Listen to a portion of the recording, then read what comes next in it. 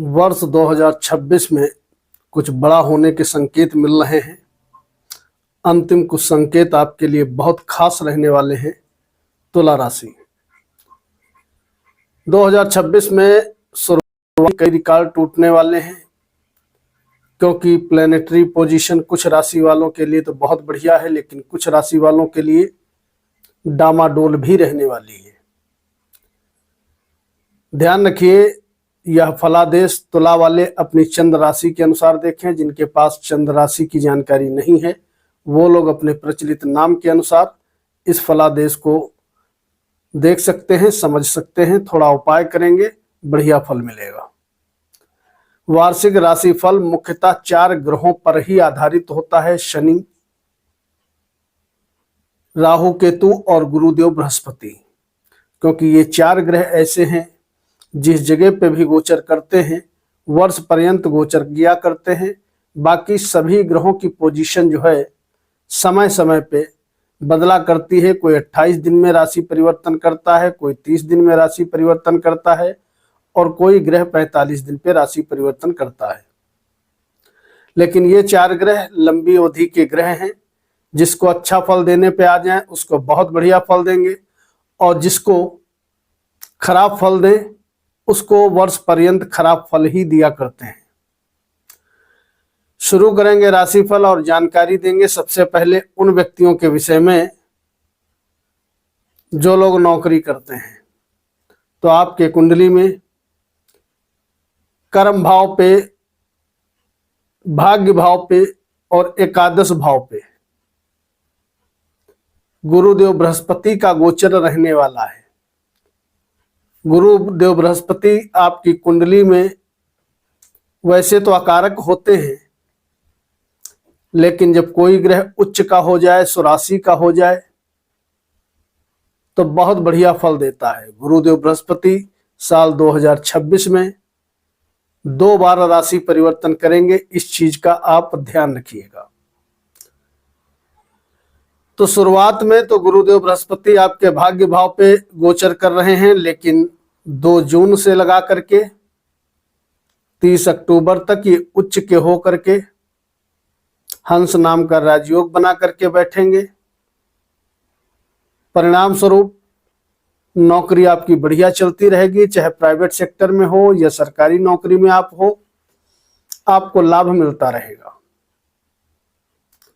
उसके बाद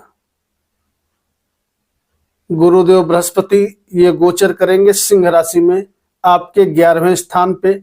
यहाँ पर भी ये मित्र राशि में रहने वाले हैं। सिंह राशि में 31 अक्टूबर को ये चले जाएंगे, फिर पूरा वर्ष यहाँ पर इनका गोचर रहने वाला है। व्यापारियों की अगर बात करें तो व्यापार में आपको बढ़िया लाभ मिलता हुआ दिखाई पड़ेगा। कहीं व्यापारियों के लिए कोई दिक्कत होते हुए नजर नहीं आएगी।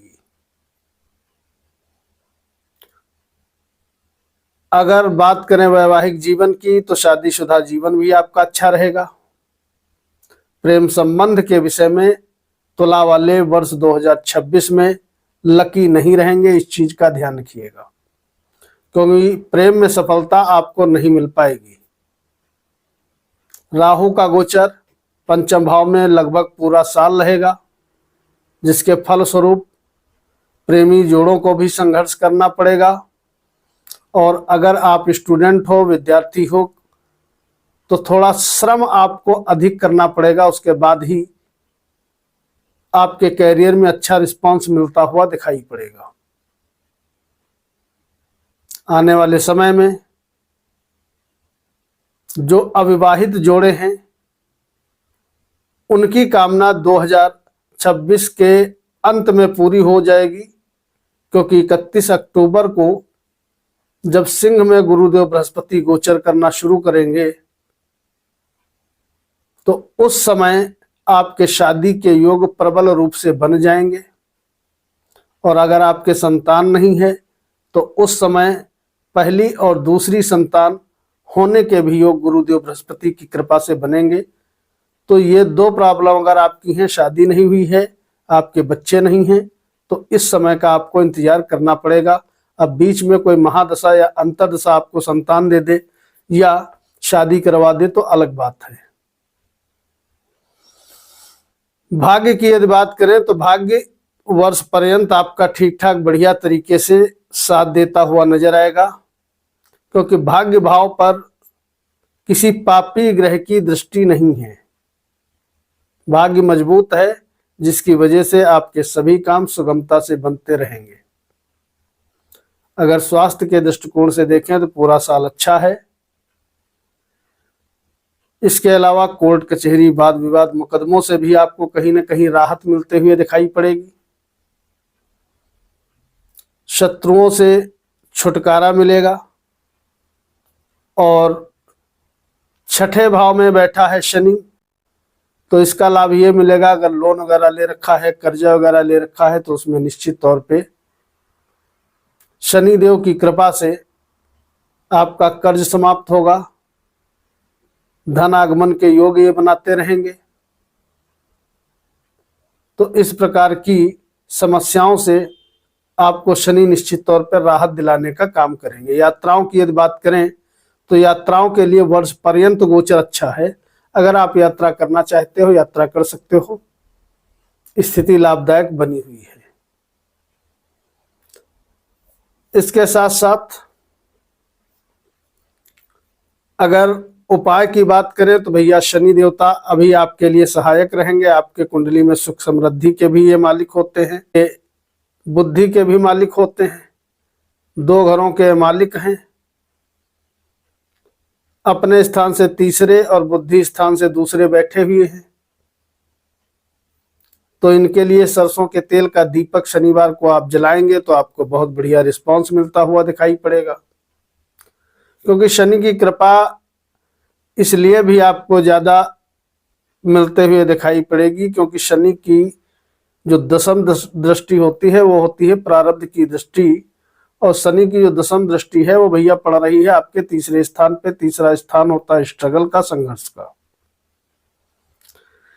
तीसरा स्थान जब संघर्ष का कमजोर पड़ेगा तो सुख समृद्धि बढ़ेगी। सुख समृद्धि बढ़ेगी तो कहीं न कहीं मकान वाहन आदि के खरीदने के भी योग बनेंगे। तो शनि को खुश करिए, 2026 में बहुत बढ़िया रिस्पांस मिलता हुआ दिखाई पड़ेगा। और लग्नेश के मंत्र का जप तो आपको करना ही करना है। ओम शुभ शुक्राय नमः जितना जप करोगे उतने अच्छा और भी ज्यादा रिस्पांस मिलेगा। समय समय पे मान सम्मान मिलेगा। अच्छी खासी पॉजिटिविटी आपके अंदर देखी जा सकेगी। आर्थिक स्थिति देखें तो केतु को भी आप थोड़ा खुश करिए। केतु को खुश कैसे करना है? अगर बाई बर्थ को केतु कुंडली में स्ट्रांग है तब तो इनका आप केतु का नग लहसुनिया पहन सकते हो। अगर मान लिया कमजोर भी है केतु तो ओम केतवे नमः, ये 1 जनवरी से लगा करके 4 दिसंबर तक का ये उपाय करते रहिए। धन जितना आपने उम्मीद की होगी उससे कई गुना ज्यादा आपको मिलेगा अगर ये उपाय आप करते हैं केतु वाला। ओम केतवे नमः इस मंत्र का कम से कम 51 या 108 बार जप करें, क्योंकि आमदनी स्थान पे बैठा है केतु, और यहाँ पर राहु बैठ जाए, केतु बैठ जाए, या कोई भी XYZ ग्रह बैठ जाए, बहुत बढ़िया फल करता है। और आपके कुंडली में तो लगभग ये 4 दिसंबर तक बैठे ही रहेंगे। वैसे भी आर्थिक स्थिति आपकी ये मजबूत बनाएगा, लेकिन उपाय करोगे तो डबल फायदा होगा। पैसे की यदि बचत की बात करें तो पैसा बचता हुआ भी आपके कुंडली में नजर आ रहा है। और पैसा शादी पे, प्रेम के चक्कर में, यात्राओं पे, घूमने फिरने के चक्कर में खर्च होने के भी योग हैं। तो ये आपके ऊपर डिपेंड करता है, खर्च करोगे या पैसा बचाओगे। वैसे फाइनेंशियल स्थिति वर्ष 2026 में तुला वालों की बहुत मजबूत रहने वाली है। धन पर्याप्त मात्रा में आता रहेगा। हो सके तो वीडियो को लाइक करिएगा। कमेंट बॉक्स में अपने इष्ट देवता का नाम या कुल देवता का नाम लिख दीजिएगा। मयंक त्रिपाठी को अनुमति दीजिए। कल मिलते हैं। नमस्कार।